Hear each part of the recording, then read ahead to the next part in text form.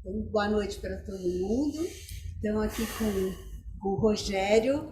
Vamos abrir as atividades esse Esse ano, período. 2023, com o Isso aí. Rogério. Temos muitos encontros. Esse encontro em especial, são 15 aulas, né? 15 aulas. Isso. Mas eu não vou me adiantar, vou deixar o Rogério apresentar o curso. Mas o Rogério é nosso companheiro desde os anos 80, é um dos fundadores do Do ateliê, ateliê. junto comigo. Ele chegou, acho que em 87, né? É isso. E a gente abriu o ateliê em 84, aqui nesse local, né? Ele existe desde 80 e sempre como um centro de estudos. Ele começou só com artes, que é a minha área, né? De pesquisa, de produção, e depois a gente foi trazendo áreas afins por causa da transdisciplinaridade, porque uma coisa acaba gerando, provocando Uhum. outra. E o Rogério está com a gente desde a fundação. Depois a gente vai ter o Wisnik também, vai ter o Isso. Rafael, mas Rafael. isso eu falo mais para o final do curso. Agora eu vou deixar o Rogério, então, apresentar o curso. O Boa. Rogério é professor da PUC, professor de filosofia na PUC e coordenador da pós ainda? Ainda sou só vice dessa vez. Agora só vice. Então tá bom, Rogério, a palavra é sua. Tá ok, gente. Obrigado.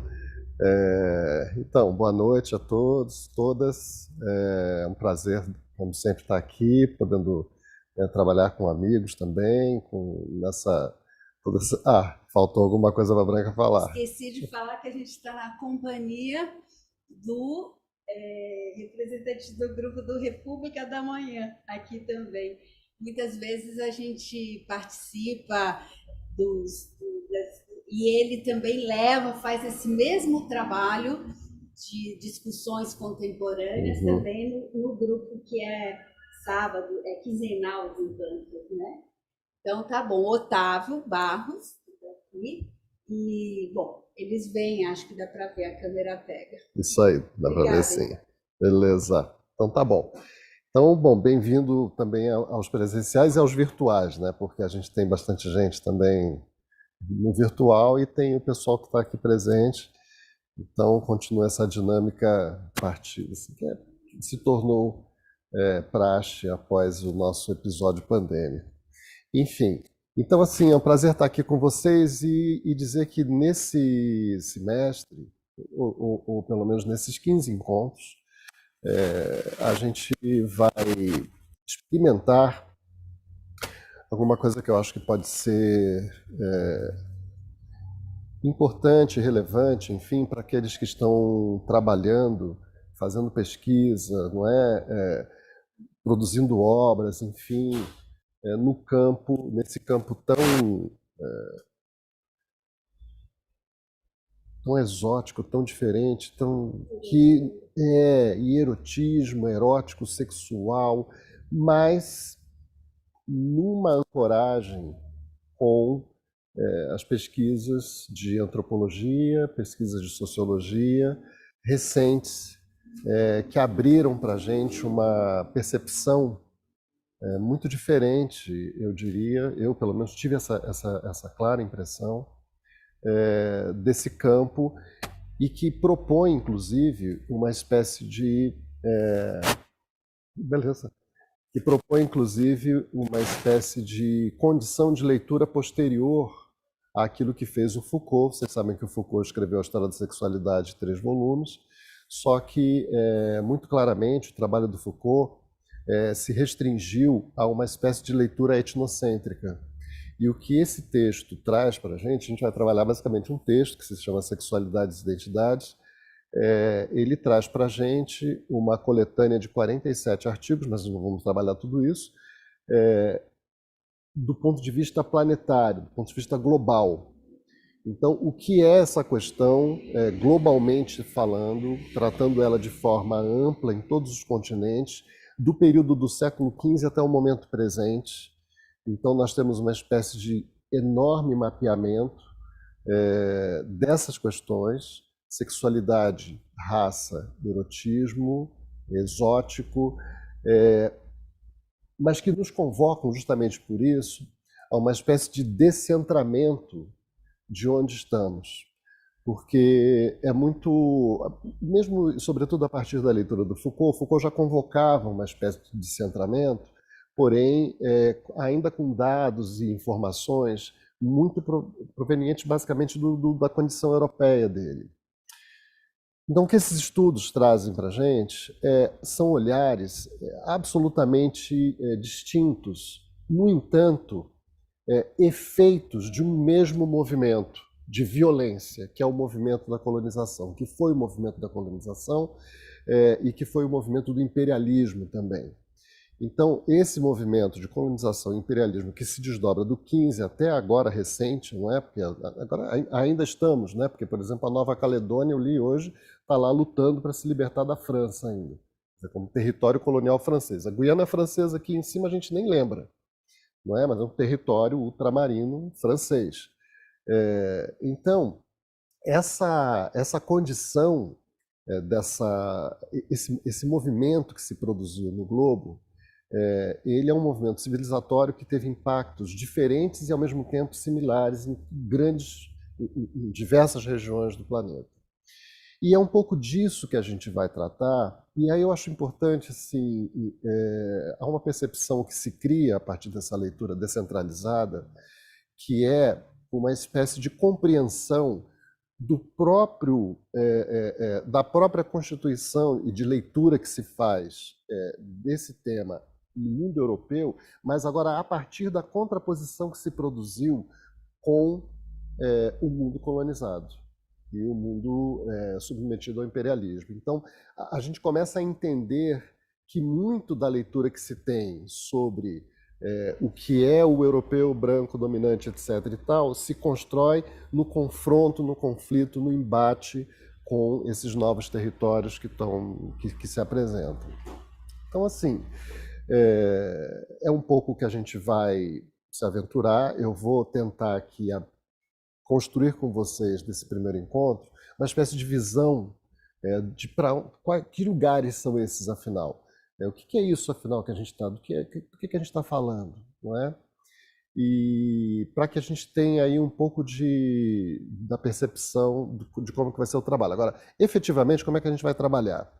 A gente vai ter 15 textos desse grande livro, que depois eu vou pedir para a Kátia projetar a capa dele. Nós vamos ter 15 textos que eu selecionei, de 47 textos. Esses 15 textos giram em torno de 10 páginas, 12 páginas por aí. E a cada encontro a gente vai fechar um texto desse. Então, de 3 grandes partes do livro. O livro tem 5 partes. Então, das 3 primeiras partes desse livro, a gente vai trabalhar 15 textos que vão justamente abordar o primeiro olhar do texto e provavelmente, se a gente conseguir continuar, a gente fecha o livro em próximos encontros. Mas, então, eu vou distribuir para todos esses textos. Foi feita uma tradução, eu fiz uma tradução ajudado aí um pouco pelo Google e tal, enfim. Então, fiz os concertos dessa tradução desses textos, e daí acho que dá para trabalhar. Quer dizer, é interessante como, quando a temática é sexualidade, o corretor se perde no masculino e feminino. É interessantíssimo isso. Então você vai lendo, você fala, olha, o corretor se perdeu aqui, porque está um jogo tão... Por quê? Porque o feminino não aparece em texto, gente. É impressionante. O feminino não tem visibilidade nem no texto. Então o tradutor acha que é masculino, ele já vai jogando tudo masculino. Você fala, não, está tudo errado. Então é muito bacana ter feito esse exercício, né? Exatamente, esse exercício. Kátia, você pode projetar então a capa do texto, para a gente começar? Oi? Está escrito em francês, em francês. Aí eu fiz esse exercício porque é bacana, tá valendo mesmo, para poder a gente começar. Então tá aqui, vocês veem essa capinha aqui, ó, Sexualidades, Identidades e Corpos Colonizados. Os editores são inúmeros, né? Ele tem um editor mais importante que é o Gilles Boët, mas tem vários colaboradores, são 40, quase 50 colaboradores nessa obra, e a gente vai abordar essa questão. Antes de começar, eu vou passar depois para o índice, mas depois. Primeiro eu queria só dar uma amostra para vocês do que são esses textos, da densidade dos textos, não é? Então, por exemplo, aqui tem um texto que se chama Os Novos Territórios da Sexualidade Pós-Colonial, escrito pelo Jean-François Stasak e pela Christelle Tarot.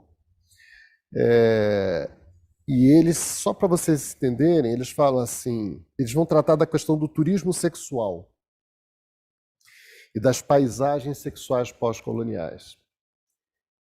E esse texto é impressionante, como eles constroem a gênese, uma espécie de genealogia do que é o turismo sexual no mundo a partir das grandes guerras, que é o momento em que os militares estão em campo de guerra e aí os Estados Unidos, sobretudo, fornecem momentos de lazer para os seus soldados nas suas bases distantes, Tailândia, Polinésia, etc. E aí essas bases de lazer, que tinham obviamente as mulheres para os soldados, quando acaba a guerra, continuam lá as bases e se torna um objeto de negócio para o próprio país. E isso então se propaga por aí afora como uma espécie de tendência, digamos assim, herdada dessa situação. Então a análise que eles fazem é super bacana, mas eles começam falando umas coisas que são interessantes, que é o seguinte: as práticas, papéis, roteiros ou fantasias próprias das colônias desapareceram com a dissolução dos impérios e sua independência nas décadas de 50 e 70. Será? Falar de sexualidade pós-colonial não é evocar, de fato, uma sexualidade pós-colonial, mas uma sexualidade despojada de sua dimensão colonial, em suma, uma sexualidade decolonizada. Aqui eles fazem uso, isso é algo que a gente já está habituado, a diferença entre descolonizado e decolonizado. Quer dizer, o descolonizado, o Brasil, quando faz a independência, ele se descoloniza, do ponto de vista em que você se desvencilha politicamente daquele país que te controlava. Mas nem por isso ele se decoloniza, porque todo o conjunto de práticas, de moral, de valores, etc., continuam ali funcionando. Então a questão deles na pergunta é como é que você se decoloniza de fato do ponto de vista dessa temática que é a sexualidade, não é? E por que será que somos herdeiros, em que dimensão somos herdeiros desse cenário? Ela fala, essa questão está longe de ser anedótica porque se coloca de forma renovada no que diz respeito às relações sexuais, amorosas e ou conjugais entre os habitantes das ex-metrópoles coloniais e os das ex-colônias, bem como entre aqueles numa relação norte-sul muito assimétrica, que experimentaram menos colonização direta do que imperialismo, pelo menos no período contemporâneo, como em Cuba, etc. e tal. Em suma, a questão que aqui nos preocupa poderia ser resumida da seguinte forma: de que maneira essas relações sexuais, românticas e ou conjugais interraciais permaneceriam ainda hoje racistas ou marcadas pelo racismo colonial e políticas de segregação?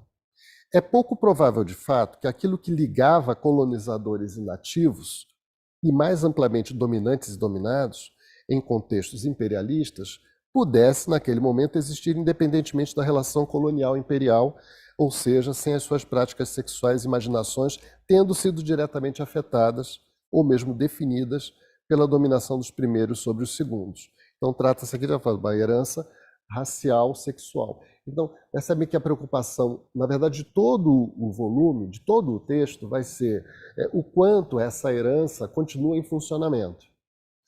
E o quanto perceber isso é importante para saber pensar os dispositivos e estratégias de decolonização, finalmente.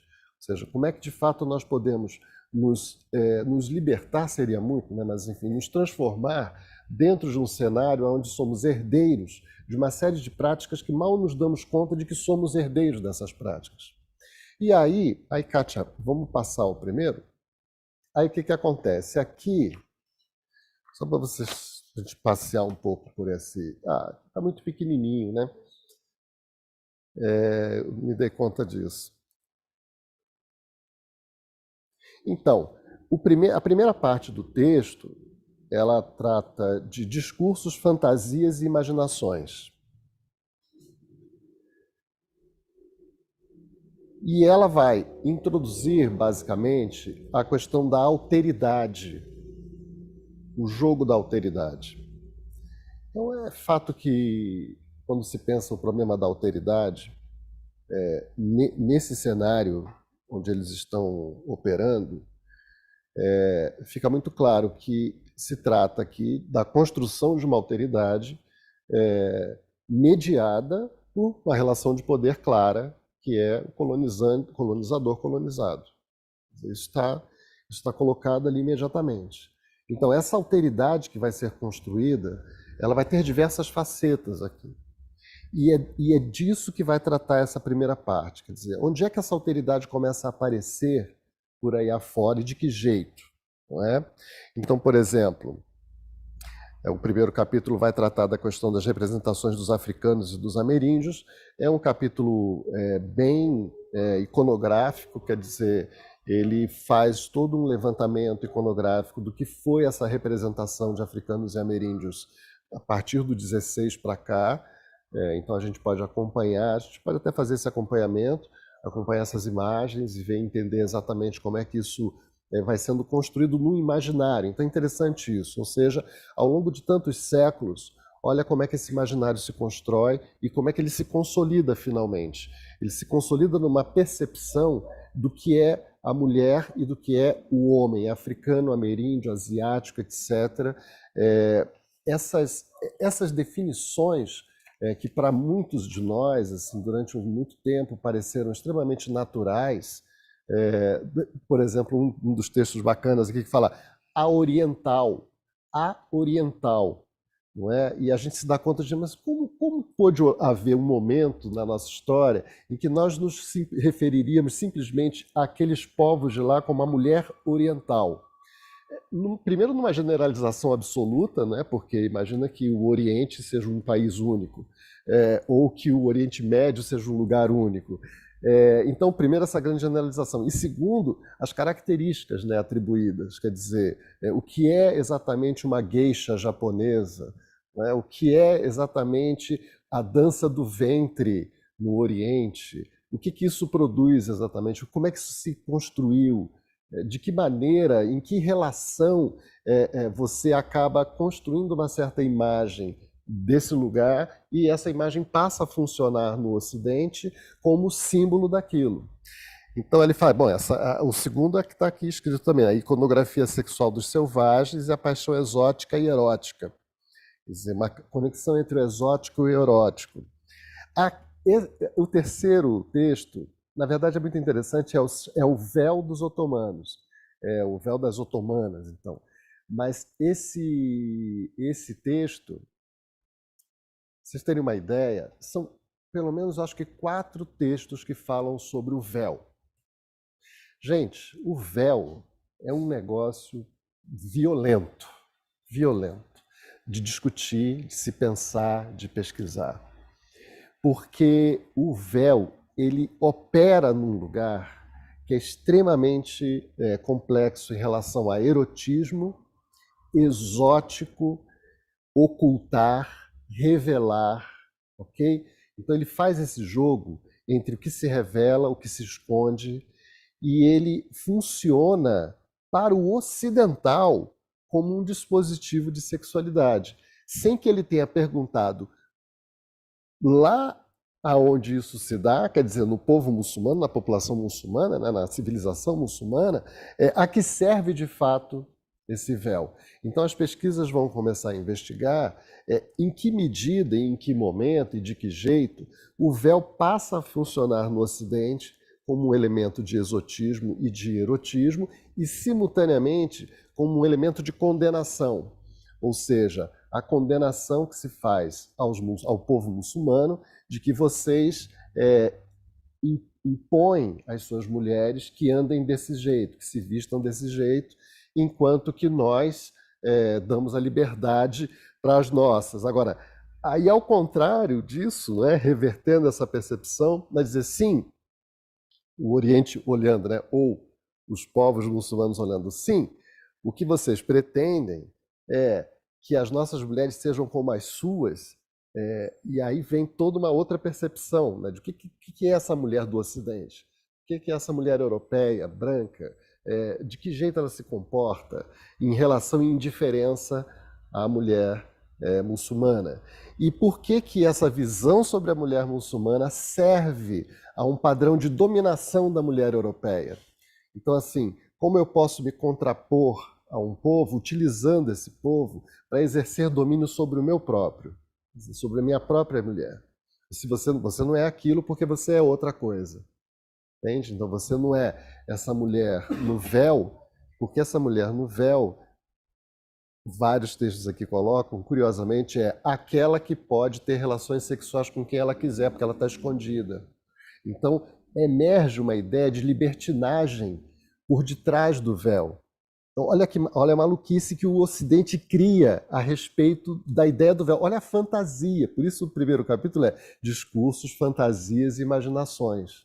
Ok? Então, nesse discurso fantasioso, é para dizer, mas a branca é correta, a mulher branca é direitinha, ela fica em casa, etc. Entende? Enquanto que está vendo essas aí que estão fantasiadas. Agora, outro texto sobre o véu, que fala da briga da Guerra da Argélia, da Guerra pela Independência, mostra que, por exemplo, em um determinado momento de libertação da França, na Guerra de Libertação, de descolonização, portanto, o véu foi utilizado como argumento de identidade cultural, identidade civilizatória. Então, assim, não, nós não vamos tirar o véu das nossas mulheres porque nós não somos vocês. Porque vocês querem que a gente tire o véu para ser igual a vocês? Quer dizer, por isso que vocês estão nos dominando. Isso faz parte dessa dominação, entendem? Então, as situações são hipercomplexas na discussão. Quer dizer, os argelinos, os muçulmanos e as mulheres também. As mulheres também dizem, não queremos tirar o véu, porque simplesmente não somos vocês. E agora, na França, a lei que proíbe o véu. Então, tá vendo como são vocês os que torturam, os que obrigam, os que oprimem? Porque vocês têm uma lei que obriga alguém a fazer uma coisa que ela não quer. Então, assim, é interessante porque a gente está numa atmosfera e numa condição de debate altamente sensível, porque os argumentos voam de um lado para o outro. Mas o interessante é a intercomparação, o conflito, justamente, a análise dos conflitos para entender a emergência desses aparatos identitários e dessas políticas de identidade que vão aparecendo. A gente não sabe nem de onde, mas ela apareceu daí, por exemplo, de um conflito de civilização, de cultura. Tudo bem, Caio? Então, o véu vai ser uma conversa muito boa, né? Eu vou tentar reunir todos os textos do véu para a gente fazer uma sequência e tentar avançar nesse lugar. Aí fala aqui, a construção dos corpos sexualizados da Polinésia, no imaginário europeu, também essa questão da França, da Polinésia, depois vai ter a Tailândia também vai ter leitura importante sobre isso. Então, de novo, a gente vai poder entender como no período das guerras e das dominações, todo um conjunto de práticas e de hábitos, enfim, de costumes foi sendo consolidado a partir desses processos de dominação, a França sobretudo aqui. Aí depois vem um texto sobre as dançarinas do ventre. Então, de novo, de onde é que vem essa situação? Quer dizer, como é que a dançarina do ventre aparece na França e ocupa vários lugares de entretenimento na França? Se tornou uma espécie de febre na França no início do século XX. Eram muitos os lugares em que as pessoas podiam frequentar para ver a dançarina do ventre. E de que forma essa mulher dançarina do ventre acaba sendo a imagem do quê? De alguma coisa que estava conectada a esse Oriente, né, generalizado, que é a ideia do harém. Então, cadê aqui? Mais adiante aqui, mas de qualquer forma vai haver essa conexão com a ideia do harém, Os pesquisadores aqui também vão a fundo nessa questão, como que o harém se torna um ícone para o Ocidente. Quer dizer, esse desejo louco do homem ocidental de querer para si um harém, uma coisa do imaginário que se constrói, e que, portanto, fomenta simultaneamente o quê? Fomenta o enorme turismo sexual do planeta. Então, assim, está lá atrás um evento, uma situação que é percebida por viajantes que chegam no Oriente, isso no Oriente Médio, que chegam no Oriente e verificam nos palácios dos sultões, enfim, o harém, eles interpretam aquilo de um jeito, muito rapidamente eles fazem uma certa interpretação que tem a ver, portanto, com a sua própria cultura. Eles não perguntam para o sultão, mas vem cá, o que é isso aqui? Do que se trata isso aqui? O harém é uma família, em primeiro lugar. O harém não é um cara que dispõe de várias mulheres à vontade. Isso não faria o menor sentido na história deles. É uma família. E, no entanto, é interpretado pelos viajantes como sendo um verdadeiro bordel, uma verdadeira festa, não é? E que o cara tem todas aquelas mulheres à disposição. Então, isso produz um imaginário que se reflete na maneira como o próprio europeu se vê a si e, portanto, dispara um certo processo libidinoso, erótico, etc., e que promove, na consequência, um fluxo de turismo, um fluxo de aventuras e tal. Então, sobre isso também a gente vai conversar, né? Aqui, por exemplo, esse texto 6 aqui é interessantíssimo. O lugar da mulher nas rivalidades coloniais e pós-coloniais entre as duas margens do Mediterrâneo. É uma análise justamente que essa autora faz entre o que era a mulher aqui na Europa e o que está sendo a mulher aqui embaixo, já Marrocos, Líbia, Argélia. Então, como é que elas se codefinem na leitura do colonizador? Okay? Então, o colonizador ele define o que é a sua mulher em função e em oposição a que seria essa mulher desse lugar do norte do Mediterrâneo. E, no entanto, a gente vai observar que toda a definição dada para essas mulheres, e sobretudo aqui eu estou começando a me referir bastante a mulheres, porque, por incrível que pareça, não pareça não, previsivelmente, em todos esses textos, parece que o eixo central é o feminino. O que move toda essa engrenagem é o feminino. Quando a gente fala de sexualidade, a gente fala de homens e mulheres, ou vários gêneros, pouco importa, mas são seres em relação. Mas, do ponto de vista da estrutura como foi montada, da leitura que é feita, o feminino ele é sempre o objeto que é apropriado, interpretado, codificado, etc. E ele é sempre o perigoso. E tem muito a ver com os textos da Silvia Federici, que nós vamos ler um pedaço dele, tá?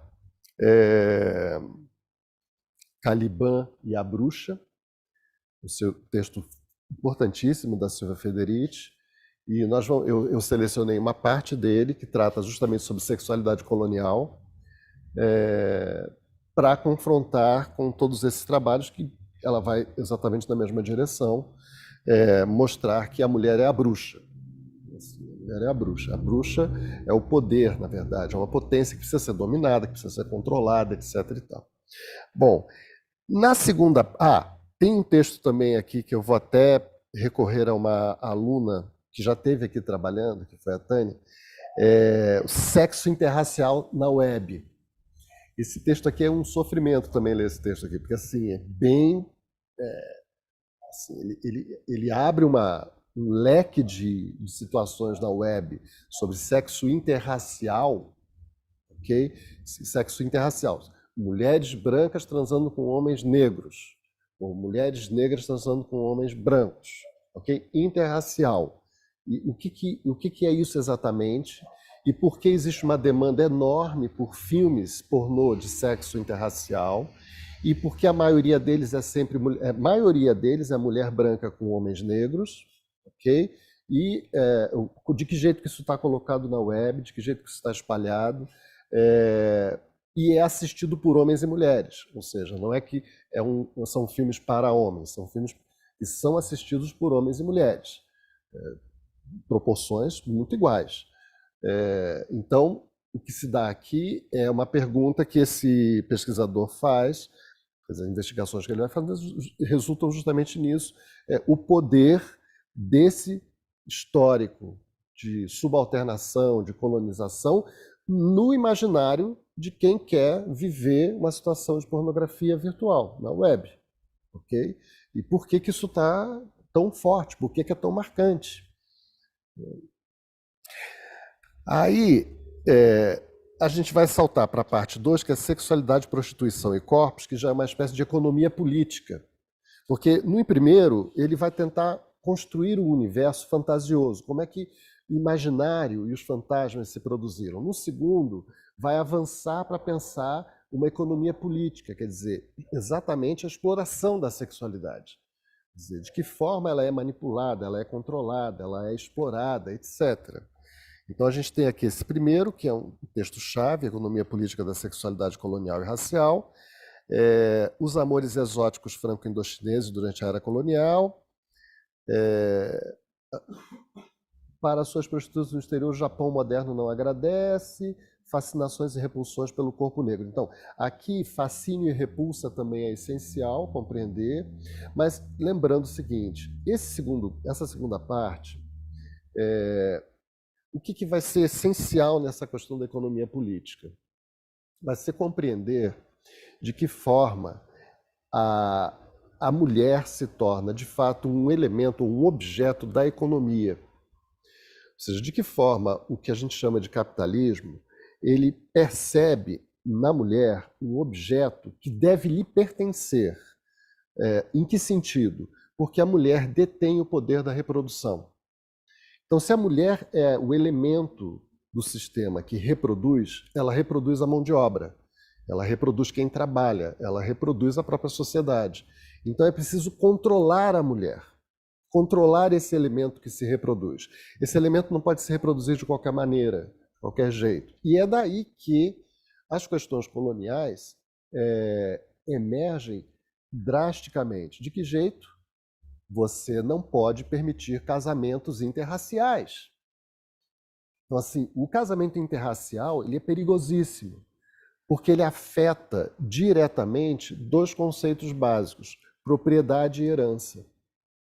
E por que eu estou dizendo isso? Porque quando você estabelece o sistema colonial, você começa sim a ter um movimento dos países colonizadores, de envio de mulheres brancas para atender aos colonizadores que lá estão no território, que possam se casar, reproduzir e ter prazer, etc.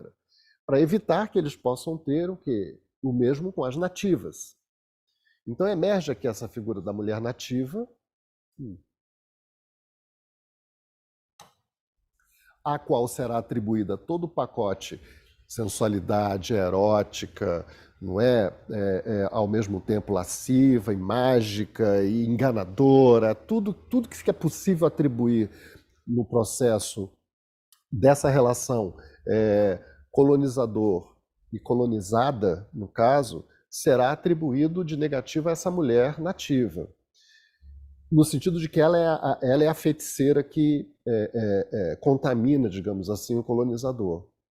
Mas isso é permissivo, num certo sentido, e o contrário é que não é admissível, que é a mulher branca ter relações com um nativo. Então, os textos, são alguns textos aqui que exploram bastante essa dimensão complexa, que é de que forma os colonizadores lidam com o fato de que mulheres brancas enviadas ao campo do colonizado, ou ao império, né, digamos assim, se interessam pelos nativos e querem casar com os nativos. E aí vem as ordens de governador, do imperador, de não pode, não deixa. Não... Por quê? Porque vai casar, vai voltar para a Europa e vai partilhar, então, a propriedade, vai partilhar a herança, entendem? Então há uma questão aqui extremamente dura nesse sentido, porque você vê, de fato, movimentos muito fortes para impedir que isso ocorra. rebate, inclusive, nessa questão do sexo interracial na web. Porque daí a gente volta e fala, mas espera aí, que desejo é esse que está aqui colocado? De onde vem esse desejo do sexo interracial? A gente volta, então, encontra na história, em todos esses movimentos de proibição, quer dizer, proibição da relação da mulher branca com o nativo. Ocorre também de forma diferente. Por exemplo, Segunda Guerra Mundial, ou Primeira Guerra Mundial mesmo, quando soldados das colônias foram convocados na França, por exemplo, para brigar na Segunda Guerra Mundial, tanto do Marrocos quanto do Argélia, enfim, ou mesmo Tailândia, foram convocados. E lá estavam na França para lutar, lutando na guerra. E lá as mulheres francesas se interessavam por eles. Queriam casar com esses rapazes. E sem saber, muitas vezes, que eles, na sua terra natal, tinham lá uma aldeia onde eles já eram casados e lá era permitido poligamia. Então, assim, para o cara estava tudo bem.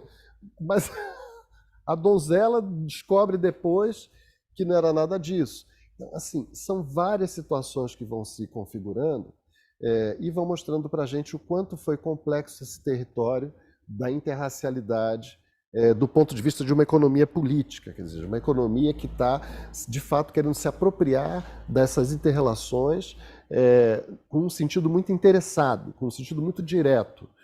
É economia isso daqui, ok? Então, assim, pode ter prostituição, mas não pode ter casamento. Não pode ter matrimônio. Para a prostituição a gente libera. Mas e o contrário da prostituição? E as mulheres que viajam pelo mundo atrás dos garotos das ex-colônias? Porque também tem. Então também é analisado isso aqui, né? Tem os homens que partem atrás das meninas e tem os caras, as mulheres também que partem atrás dos garotos. E tem também os homossexuais. Mas tem dois tipos de movimentos homossexuais. Tem aqueles que são os movimentos oficiais, do ponto de vista de que você tem o cruzeiro cor-de-rosa. Então é tudo programado, tal, vai para o... E vai não para o sul exatamente, né? Você pode ir para qualquer outro lugar, vai para Los Angeles, vai para, sei lá, enfim, vai para outros lugares, São Francisco, enfim. Mas você tem sim os movimentos dos homossexuais que vão aqui para o Recife, ou vai para, enfim, para a África, para o Senegal, ou vai para Tailândia, ou vai para etc. Então, isso também é investigado, no sentido de que há uma diferença aqui. E tudo bem, ok? Isso está dentro dessa lógica, dessa economia política que a gente está aqui tratando.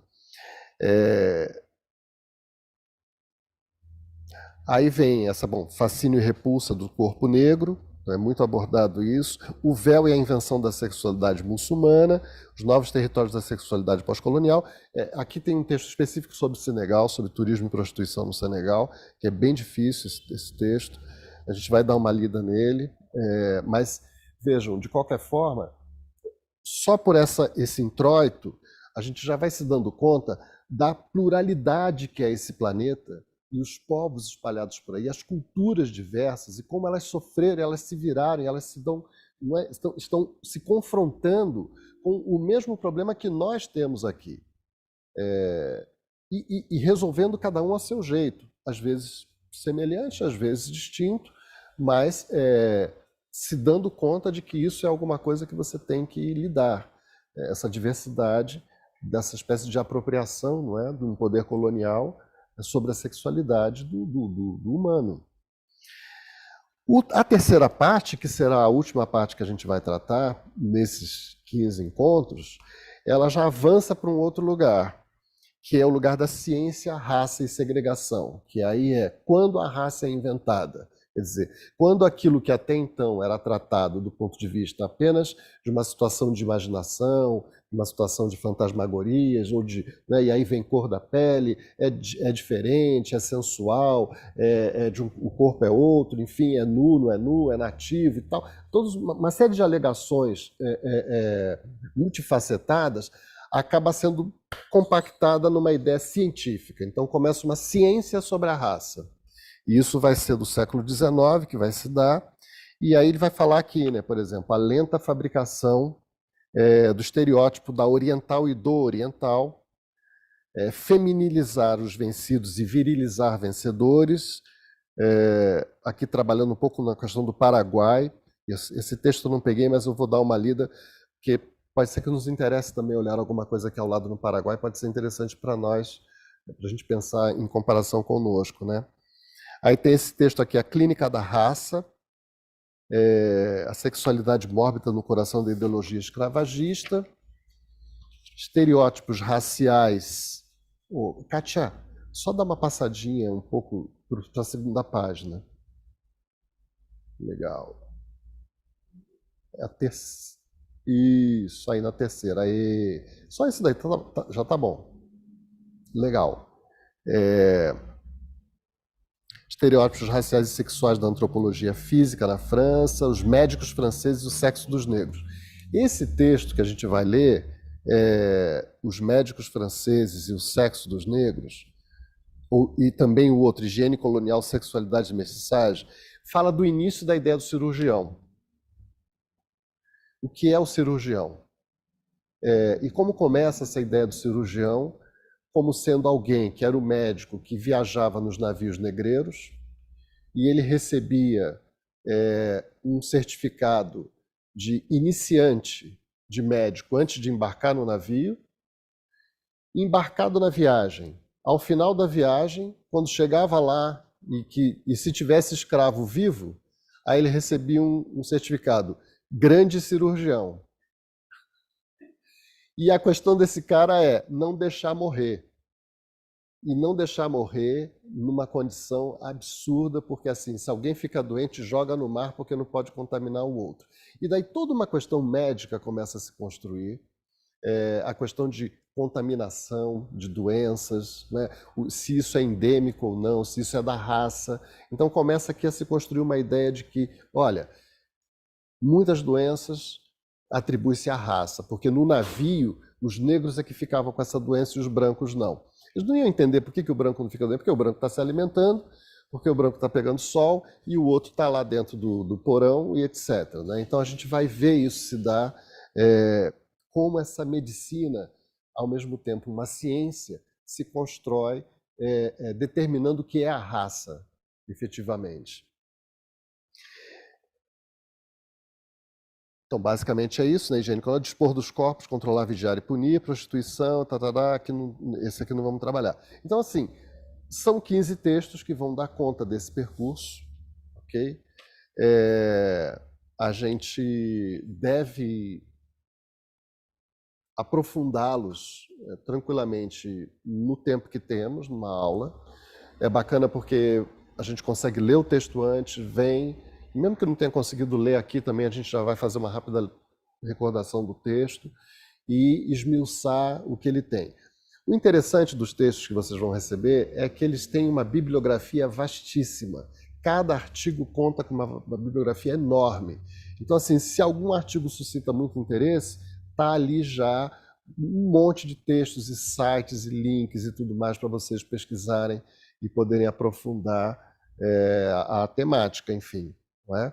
Então eu entendo que isso vai dar para a gente aqui um suporte bom de trabalho, que a gente vai conseguir viajar bastante nessa história. Agora, tem muito sofrimento nas narrativas, tem muito sofrimento, porque elas são muito cruas nesse sentido. É o trabalho de etnografia e de antropologia, então ele não tem muita conversa. Assim. É o que está, é o que foi dito, é o que foi narrado. Então são os depoimentos de históricos e são as referências iconográficas também, o que dá a gente aqui de fato um mosaico, uma percepção que, como eu disse no início, a gente produz um descentramento do nosso lugar. E a gente passa a perceber essa questão numa amplitude que não é comum, não é cotidiana nossa. Okay? Eu baixei um texto também que eu acho que eu vou ver um jeito de passar para vocês, porque ele está muito pesado, o arquivo é muito pesado, da Sônia, se eu não me engano, é uma citação que tem também aqui no livro, de uma brasileira, Sônia Bonomici, que trabalha sobre mulheres negras escravizadas nos anos de 1850 e 70 no Brasil. É um texto que tem tudo a ver também, é um livro, tem acho que 80 páginas, enfim. Então, para quem estiver interessado, então, né, numa pesquisa que é citada internacionalmente, que está traduzido o texto dela, ela é uma referência para esses autores, porque não há aqui, há menções ao Brasil inúmeras, aqui, inúmeras menções ao Brasil em todos esses textos, mas não há exatamente nenhum específico do Brasil, tá? Que trate sobre o Brasil. E até que bom, porque, no fundo, o nosso objetivo é fazer o voo, fazer essa abertura. Eu quero entender, sim, o que é essa geisha japonesa, o que é essa mulher oriental, o que é o véu muçulmano, o que é o harém, o que é essa história do Canadá, lá no norte do Canadá, das tribos que foram completamente submetidas ao poderio francês cultural, e no Caribe, e nos Estados Unidos, enfim.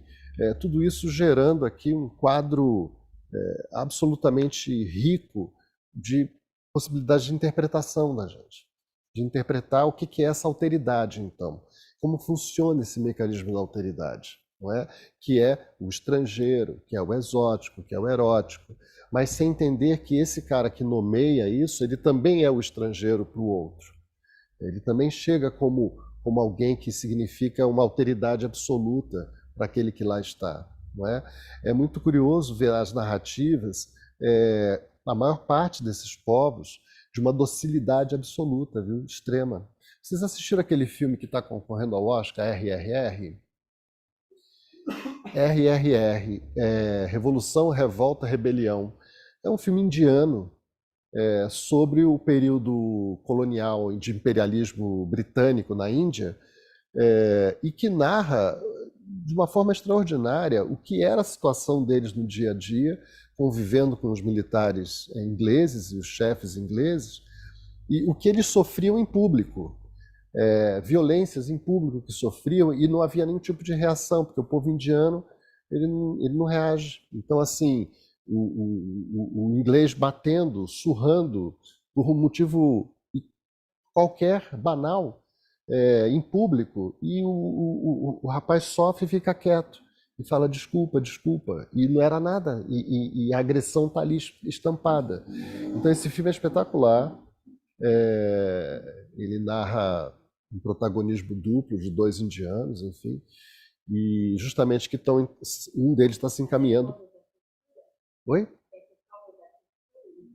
Então, há uma relação com a cultura local. Assim como nas narrativas que a gente vai encontrar, os selvagens, entre aspas, são sempre dóceis, são sempre generosos, são sempre abertos, na maior parte das narrativas. Então você fala, cara, que coisa curiosa. Então quem traz a violência imperial, quem traz a violência é o Ocidente, né? Porque ele já está nesse viés de violência.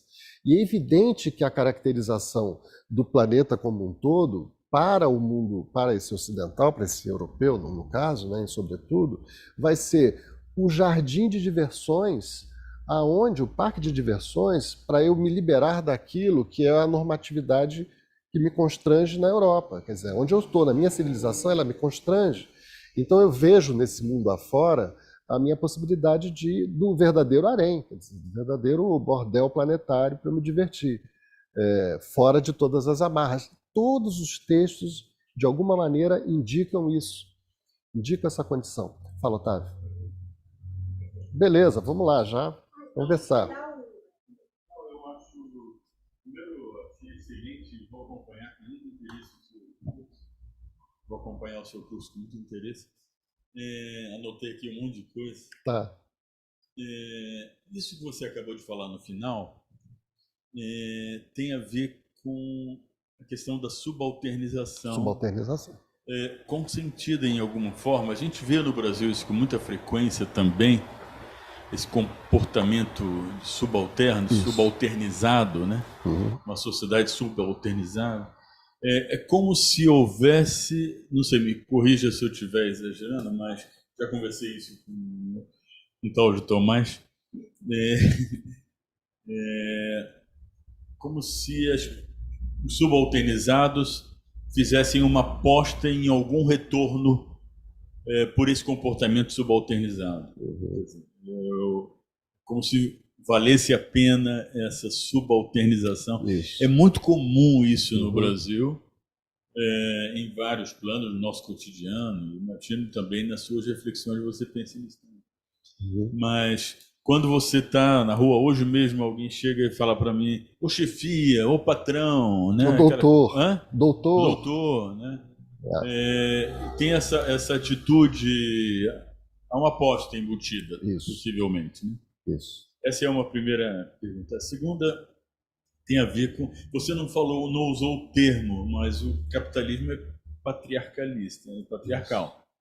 Quer dizer, é uma sociedade que você desenhou, mas você coloca como a mulher como sendo o foco do capitalismo, quer dizer, né, no sentido de que ela é o elemento reprodutor, tal. Não sei. É isso. Mas esse patriarcalismo é uma coisa tão introjetada, né?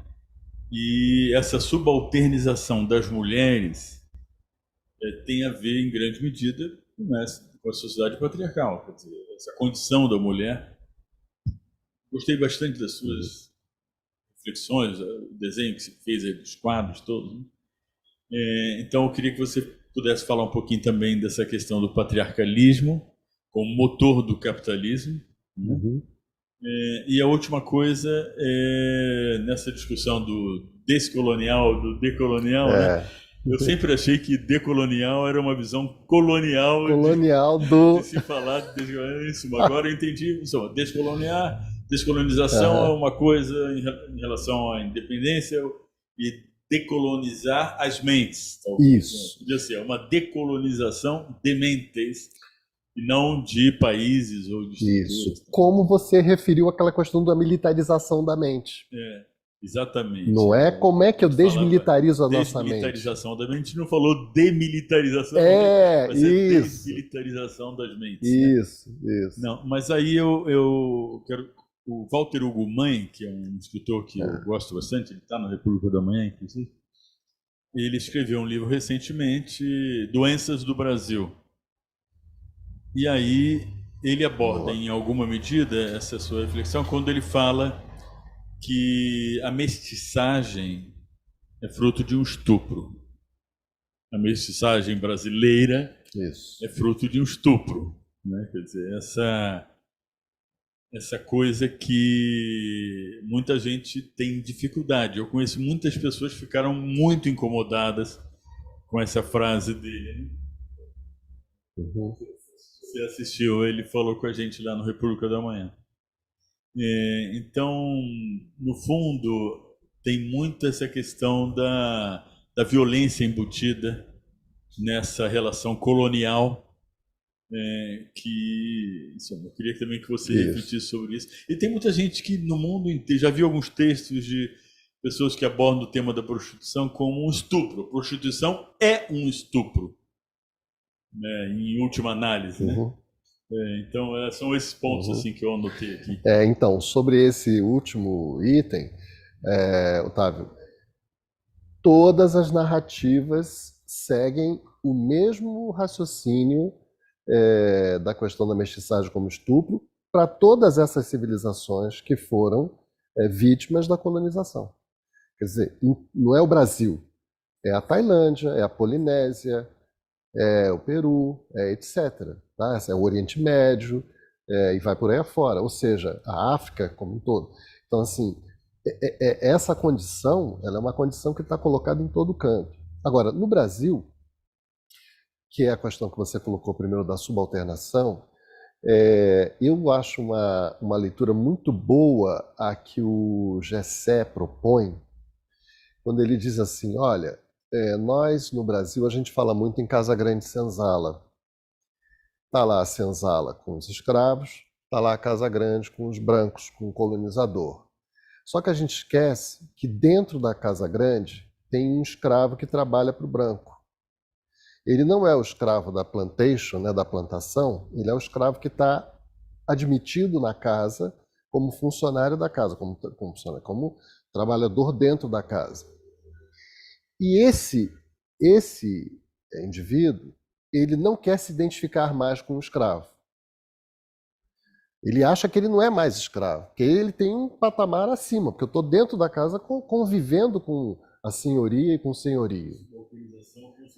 Entendeu? Então, assim, a visão do Gessé é esse indivíduo que está aqui dentro, esses escravos, mulheres e homens, que estão consentindo essa subalternação, mas vivendo alegremente isso, quer dizer, porque não estando na senzala, estou melhor aqui, portanto, não quero me confundir com aqueles que lá estão, mas também não sou o senhor, também não sou da raça deles, não sou dessa categoria, mas estou aqui no meio.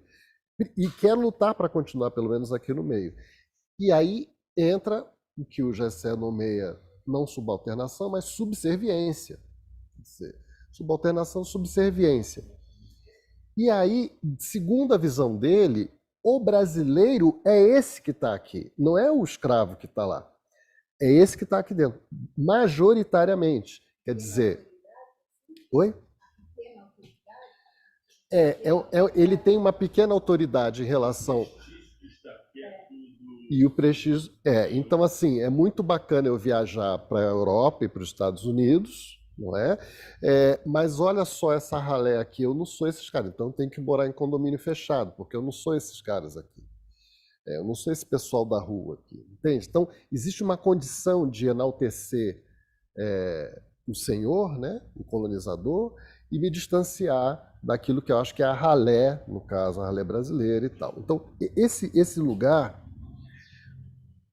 quando a rainha Elizabeth II morreu, Reino Unido, que a gente hoje em dia fica... Reino Unido? Reino Unido, reúne vários países ex-colônias que agora se juntam numa condição que se chama Reino Unido. Tá? Pois o Reino Unido, ele tinha países na África. E aí o que acontece? Quando a rainha Elizabeth II morreu, foram várias as narrativas de habitantes de países, por exemplo, Quênia, né? Ou África do Sul, enfim, lamentando a morte da rainha. Que pena que a rainha morreu e tal, nós do Reino Unido, do antigo Reino Unido, entende? Porque era representante de todo um poder do mundo, etc. e tal. E esse lamento veio de uma geração mais antiga, ou seja, de uma geração que viveu efetivamente o poder e a força desse Reino Unido no seu país. Aí quando você pega esses mesmos países, a geração de 40 anos, 45, de pesquisadores, aí você tem um outro discurso. Ainda bem que essa mulher morreu. Já vai tarde. Entende? Porque o que ela fez aqui foi um estupro de civilização. O que esses países fizeram... Entende? Então aí você tem uma outra geração que já está tentando escapar dessa subalternação.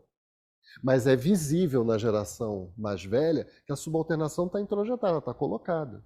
Para eles é muito legal e prestigioso dizer que nós somos o Reino Unido, somos partes do Reino Unido. É impressionante isso. Então, para o Brasil, falta o quê para isso? Né? Quer dizer, qual é a geração no Brasil que vai começar a perceber as coisas de uma forma diferente?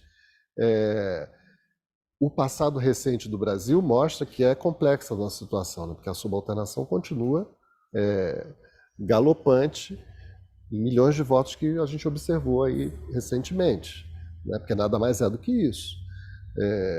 Então, o que vai se dar conosco é incógnita, né? A saber. Vamos ser tão críticos das ações identitárias, Então, que precisam se afirmar.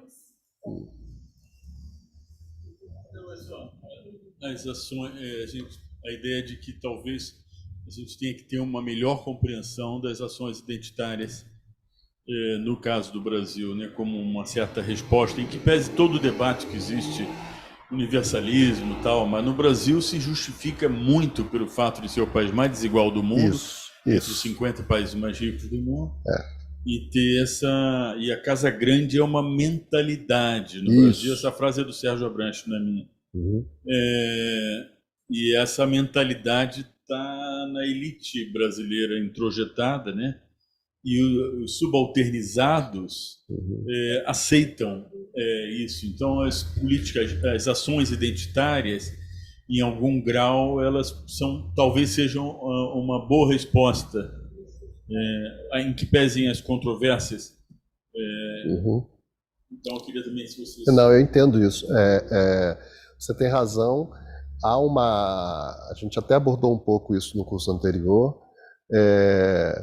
Eu, por exemplo, adoro muito um texto do Assad Eider sobre a questão da armadilha das políticas identitárias. Análise feita nos Estados Unidos dos movimentos negros americanos. E o que eu acho interessante nessa, digamos, problematização das políticas identitárias é que, paulatinamente, a gente consegue perceber aonde elas são potentes para além da sua própria questão identitária. Quer dizer, aonde elas entendem que, transversalmente, se aliando entre si e com outros movimentos, elas são muito mais potentes no sentido de enfrentar aquilo que, no fundo, é o que nos submete a todos, que é um neoliberalismo desenfreado, sem nenhum freio, exatamente, sem nenhum contexto. Fala. Eles ouvirem as perguntas. A ação e a reação, ela é sempre cíclica. Sempre. É. Tanto que o próprio nome já diz, né? Quando você está lá em cima, você é um reacionário. Porque você não quer que a revolução aconteça. Você já teve pela revolução, você lutou por aquilo, agora que você está lá, você está confortável. Mas aquilo que é confortável para uns nem sempre é para outros. Porque se para mim é confortável é porque eu entendo que aquilo é confortável por algum motivo. Que eu vim de algum lugar em que aquilo foi confortável para mim. Tal qual pode não ser para a próxima geração e normalmente não é. Porque, bom, pessoas são movidas por estímulos e são movidas por emoções e chega um momento em que a gente tem 13 anos, 14 anos e não sabe o que está acontecendo e a gente é o dono da razão. Né? Tudo sou eu que mando, sou eu que digo, sou eu que sei. Meu pai não sabe de nada. Eu e meus amigos que mandam tudo. E como é que a gente vai mudar isso que eles estão dizendo que é certo e a gente não quer aceitar? Então a gente se une. E é natural também a gente querer se reunir com aqueles que são próximos. O famoso tatu cheira tatu, né? A gente só vai andar com quem é próximo, com quem está no mesmo meio, gosta das mesmas coisas. E até mesmo a própria escravidão, a gente vê que, hoje em dia a gente tem pessoas que vêm da Bolívia, vêm de outros lugares e vão para a indústria têxtil. É isso. A gente vê, semana passada, uma senhorita de 60 anos, quase 70 anos, que estava abrigada na casa das pessoas que ela cuidava, que ela era babá, não recebia nada há 50 e poucos anos. E quando ela foi ser resgatada, ela olhou e falou, não, peraí, eles precisam de mim, tadinhos, eles estão com um familiar que está doente, sabe? Coitados. Calma, não estou comendo, mas olha a situação deles também, né? As inversões de valores são muito recorrentes. Você lembrou disso, não dá para não mencionar o fato dos baianos, né, lá embaixo. Sim, agora na plantação de vinho, da colheita do vinho, de uva lá. Não é? Quer dizer, ali é um quadro claríssimo, né, onde os locais não recebiam o mesmo tipo de tratamento e quem veio da Bahia era tratado como escravo de fato. É terrível, né? Eu fico com uma dúvida se essa coisa da subalternidade, assim, de ser subalterno, tem, por opção, né, tipo, tem alguma coisa a ver com o masculino, né, que a gente falou muito do feminino durante a história, e eu vejo muito que no Brasil hoje, esse movimento da mulher como a bruxa que vai machucar o homem, e esse homem que tem que se proteger e vai lamber os Estados Unidos, e os Estados Unidos são os melhores, e temos que acabar com o feminismo, tá muito interligado, assim, né, tipo... Eu não sei, eu pensei que talvez pudesse ter alguma relação. Tem, e vamos ler sobre isso, com certeza. Né? Quer dizer, vai ter texto que vai trabalhar exatamente essa questão. De fato, os 15 textos que eu selecionei, eles vão deixar a gente de cabelo em pé, de cabeça para baixo. A gente vai ficar meio louco aqui, gente, porque eles são muito interessantes nesse sentido de mexer com aquilo que a gente entende como sendo o status quo, o lugar colocado do conforto intelectual, etc. Porque as narrativas que emergem são muito fortes e apontam exatamente para aí. Que questão do patriarcado, quer dizer, tá marcada, não tem como escapar disso. Agora a questão é entender como se gesta esse patriarcado a partir desse ponto de virada que é essa expansão do colonialismo que chega ao século XX, que na verdade, quando a gente fala colonialismo, mas nada mais é do que exploração de um pelo outro. Quer dizer, são processos de exploração e de dominação e de produção de invisibilidade, né, do outro, e vai por aí afora. Então, assim, como é que essa processualidade toda se dá? Na temática que a gente escolhe, que é sexualidade, porque ela já foi muito tratada de várias formas, do ponto de vista da política, do ponto de vista das riquezas, né, do ponto de vista da propriedade, ok, mas e do ponto de vista da sexualidade? E aí que me parece interessante ser aqui um ponto tão nevrálgico, tão importante, que acaba iluminando todo outro tipo de relação. Então, assim, falar de turismo sexual cara, quando a gente começa a ler e ver em vários países os processos como eles se dão, você começa a entender a grande máquina de turismo sexual, que é o capital contemporâneo. Quer dizer, que a própria imagem do sistema econômico que a gente vive é de um turismo sexual mesmo. Quer dizer, de uma percepção onde você vai com facilidade encontrar em algum lugar aquilo que você não encontra onde está e paga pouco, e paga barato, troca, revende se quiser, faz o que bem entender. Quer dizer, que condição é essa de olhar do outro? Que outro ser humano é esse que se apresenta a você? E que ser humano é esse que se satisfaz ao encontrar um outro que ele entende como menor, como descartável? Que prazer é esse que está se construindo aqui? Que erotismo é esse que está sendo, não é pensado? Como Que é isso aquele exatamente? rapaz lá que foi para a Ucrânia, né? Sim. Lembra o político? Você lembra? Não lembro. Exato. É verdade. Esse caso antes da guerra, olha que coisa de louco. Antes da guerra teve esse caso, é verdade. Na guerra mesmo, né? Foi na guerra? É, porque elas queriam fugir, se livrar, as mulheres ucranianas, russas. Foi logo no início, não estava ainda a invasão.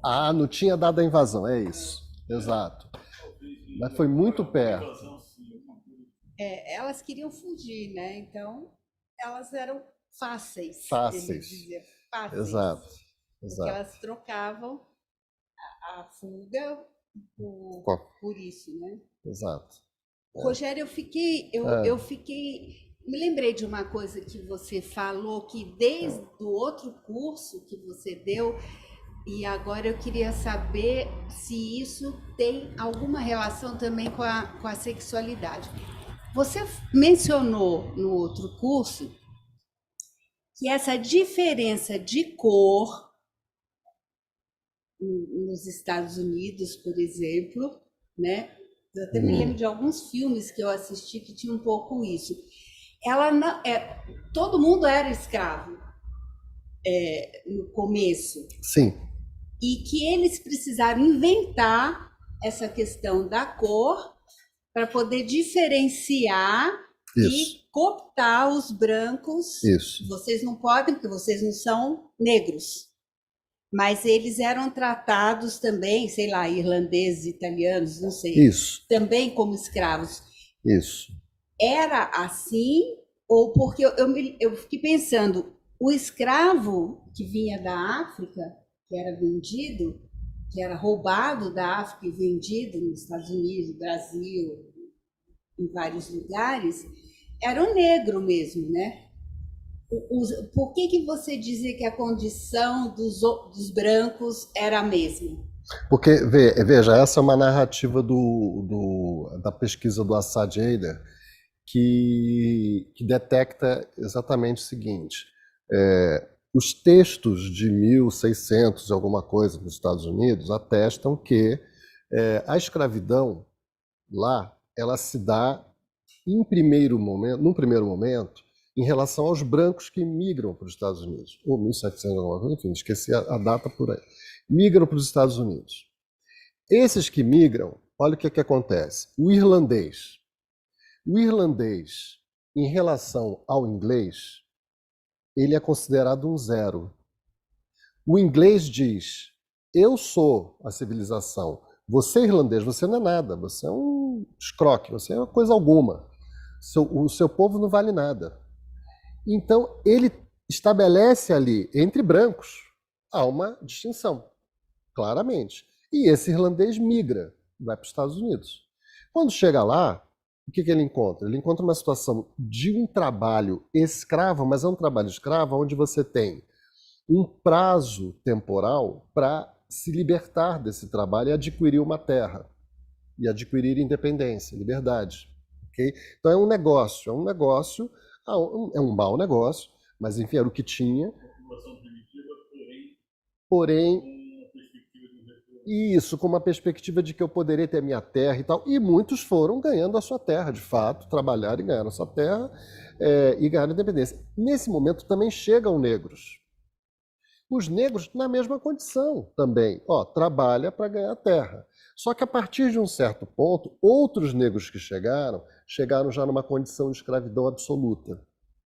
Isso começou a misturar aqui, escravidão absoluta.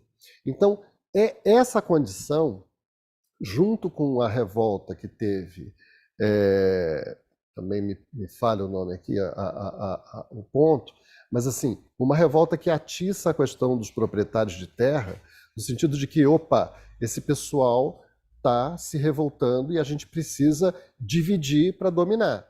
Então, assim, não podemos deixar que quem trabalha se una para nos derrubar. Então, a gente tem que dividir. Uma boa estratégia para dividir é: você é branco, então a você eu vou dar tudo que eu também tenho e te prometer tudo que eu tenho, porque você é branco como eu. Quem é negro, não. Então não se junte ao negro e não faça revolta contra mim. Que é uma estratégia básica de capitalismo, que é divida. Divide para você poder ter poder. É um dos argumentos atuais a respeito das políticas identitárias, quer dizer, uma das brigas que tem aí nesse sentido. Né? As políticas identitárias acabam esquecendo que nós somos também classes operárias, trabalhadores, submetidos ao capital, não sei o quê. Então, isso fica disperso porque está dividindo. E para o capital é ótimo que as pessoas se dividam mesmo em polêmicas entre elas e não se unam contra o sistema supostamente produtivo e tal. Então, é um pouco essa leitura que emerge, não é, nos Estados Unidos. Não, século XVIII, século XVIII para o XIX. Né? Depois eu vejo a data direitinho, mas o texto dele eu posso passar para vocês, é um texto espetacular, está em português, rápido de ler também.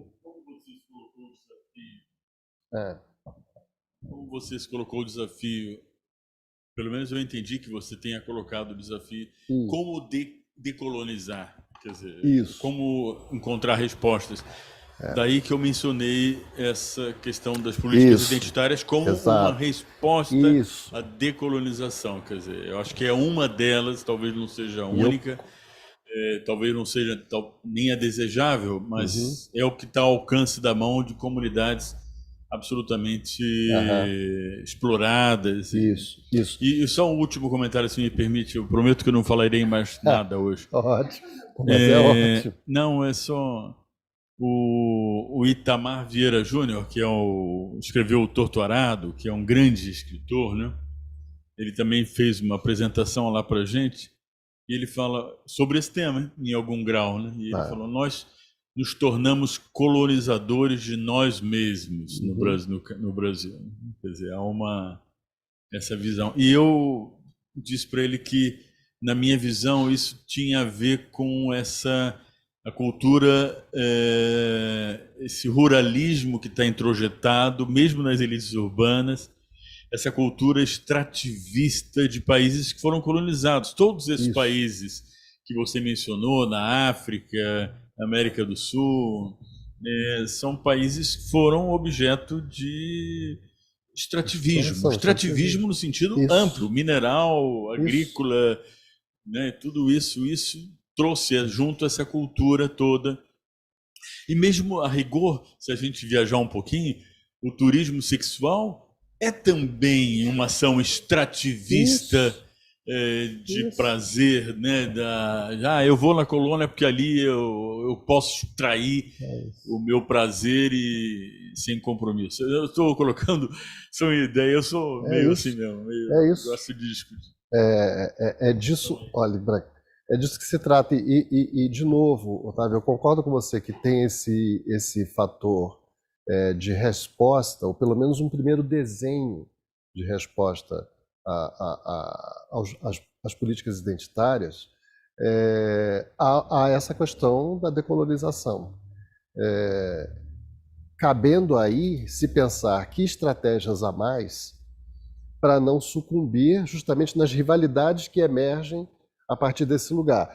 O Assad Eider dá um exemplo bacana, que ele fala do movimento do Combahee River, que foi um movimento que surge de mulheres negras que estavam no movimento feminista, enquanto tal, movimento feminista, e perceberam que elas eram discriminadas pelas brancas.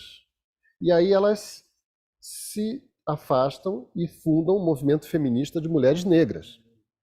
E aí depois, nesse movimento feminista de mulheres negras, existem as mulheres lésbicas, e que percebem que são discriminadas pelas negras que não são lésbicas. Então elas se afastam e fundam o movimento das mulheres negras lésbicas. Então, nesse sentido, elas próprias começam a pensar o seguinte: pô, mas se for desse jeito, vai virar alguma coisa cada vez menor, e a gente vai ficar em rivalidade. E para que essa rivalidade, se na verdade temos questões em comum, uma luta em comum? E aí elas começam a traçar estratégias de como traçar esses laços. Exatamente. Muito bacana isso. Então, assim, é fato que a gente vai atravessar por essas questões nesses textos.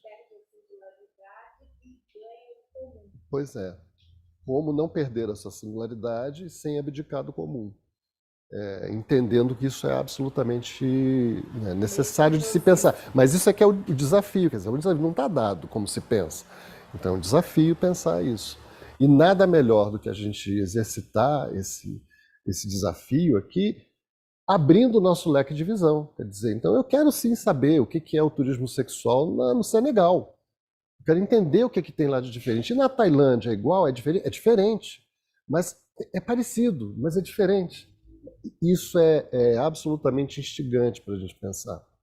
Né? Isso compõe a nossa cabeça, que é global hoje, né? Do mundo que a gente vive. Né?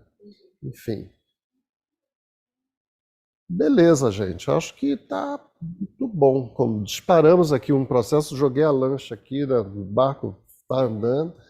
Agora já vou lançar com a Kátia os textos, já vai tudo de uma vez.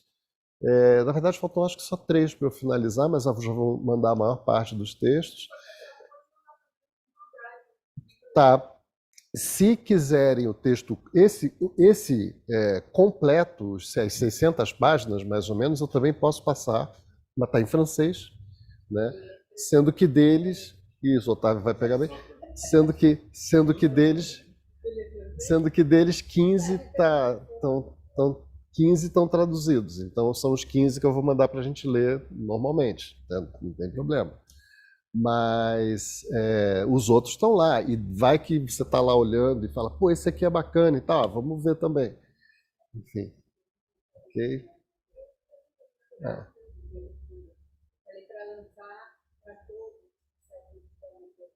Sim, para o pessoal aqui que está na nossa audiência, enfim, se alguém quiser perguntar alguma coisa também. Mas está lançado aqui o mapa do caminho, aqui, roadmap. Né? Vamos ver o que vai dar. Muita coisa nova, muita coisa diferente vai ser lida e debatida. Né? Fala, Caio. Caio vai pegar o microfone e falar. A pergunta. Rogério, eu estou aqui com mais com uma dúvida. Se em algum momento dessa trajetória que a gente fará no curso, a gente vai focar algo do ponto de vista de infância ou adolescência, no sentido do momento em que algumas ideias ou alguns desses movimentos começam a afetar mais os corpos coloniais, os corpos coloniais. Então, não sei se algum dos textos cheguei aqui um pouco atrasado, então... De cabeça dos textos, o turismo sexual no Senegal é bem esse lugar. É bem esse lugar. É mesmo, mas tem até um filme com crianças, né? Aliás, você lembrou bem essa questão dos filmes. Eu estava hoje revisando um último texto e citações de vários filmes que depois eu vou coletar para a gente poder, de repente, assistir dentro da temática, né? E filmes feitos na África, filmes na Ásia, enfim, que fogem justamente ao padrão Hollywood, né? Mas filmes de antropologia também, enfim. Então, eu acho que vai ser bacana poder assisti-los. Mas sim, Caio, está presente, e pelo menos de um texto muito diretamente, com depoimentos de adolescentes, pelo menos adolescentes, nessa questão do turismo sexual do Senegal. Agora, na relação de crianças, vai ter um texto que vai tratar dos filhos de casamento interracial que tem que ser escondidos, ou que tem que ser eliminados, ou que tem que ser, ou tem que mudar a nacionalidade dele, enfim. Tem um texto que vai tratar disso, sim. Porque é um problema para esse capitalismo, né, para esse colonizador aqui, o senhor dominante, enfim, que há crianças indesejáveis, né? Há filhos que não são bem-vindos. E aí o que fazer com essa criança, né?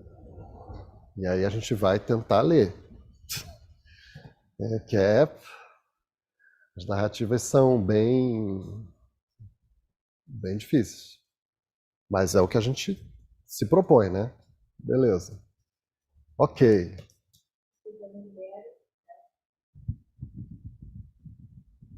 Como você falou no início, da mulher está em todas as questões que você tratar, tá. Daí vem da mulher negra e pobre. Isso. Mas tem a criança. Uhum. Tem criança negra, porque a criança também é submetida. Na casa mesmo. O pai que dá ordem, a mãe que dá ordem, tudo. Isso. Exato. Exatamente. Beleza. Muito bom, muito bom, muito bom. Então, semana que vem, já vou mandar o texto hoje para a Kátia, os textos e tal, vai começar a distribuir para o pessoal e vamos lá. Vamos em frente. Tem uma questão que está rolando muito ultimamente, que é bem claro, que é a questão dos banheiros. Porque a gente tem tido muito mais visibilidade para as comunidades trans, comunidades não binárias. Uhum. E entrou-se em pauta sobre qual seria a melhor solução. Né? Seria um banheiro sem gênero? Seria mais um banheiro para trans? Mais um banheiro para binários e não binários? E daí mais uma segregação? Daí mais um problema? Acho que está bem linkado com isso. E essa questão eu acho interessante porque quando a gente lembra da nossa própria casa, né? O banheiro é de todo mundo, né? Tem lá um banheiro de todo mundo. Chegou visita, criança, todo mundo usa o mesmo banheiro. Todo mundo se respeita. Todo mundo se respeita. Ninguém invade o espaço do outro. Exato. Não existia. Era um banheiro para casa. Pra casa Isso, toda. o banheiro da casa. Eu tinha 5 irmãos, todos usavam o Mesmo banheiro. Pronto. Exato. É isso. Mas é outro problema também que começa. Eu morei um tempo lá no Rio Grande do Sul, eu fazia faculdade lá. E no Rio Grande do Sul eu fui para uma cidade chamada Rio Grande, que é a última cidade do último país, do último estado a abolir a escravidão. Nossa, lá. Né? E quando a gente anda pelas praças, a gente vê as casas grandes com uma portinha pequena indo para baixo. E é bem tenebroso. Bem tenebroso. Mesmo. Você vai andando, você vai sentindo um clima bem denso. Você fala, o que está acontecendo? Que é uma realidade muito distante, né? E ainda assim muito próxima, é muito do nosso lado. E a gente parece que tá vendado. A gente não vê, né? Exato, não vê. Ou não quer ver, né? É mais fácil Exato. a gente passar por cima do morador em situação de rua do que auxiliar, do que buscar uma política pública, ou talvez uma política particular que vai fazer algo e distribuir um pão, distribuir amor, distribuir, sabe? A gente tá muito de cabresto, né? Muito, muito. Bom, mas vamos discutir, isso vai entrar, vai aparecer. Beleza. Ok. Valeu, pessoal. Beleza. Até a próxima.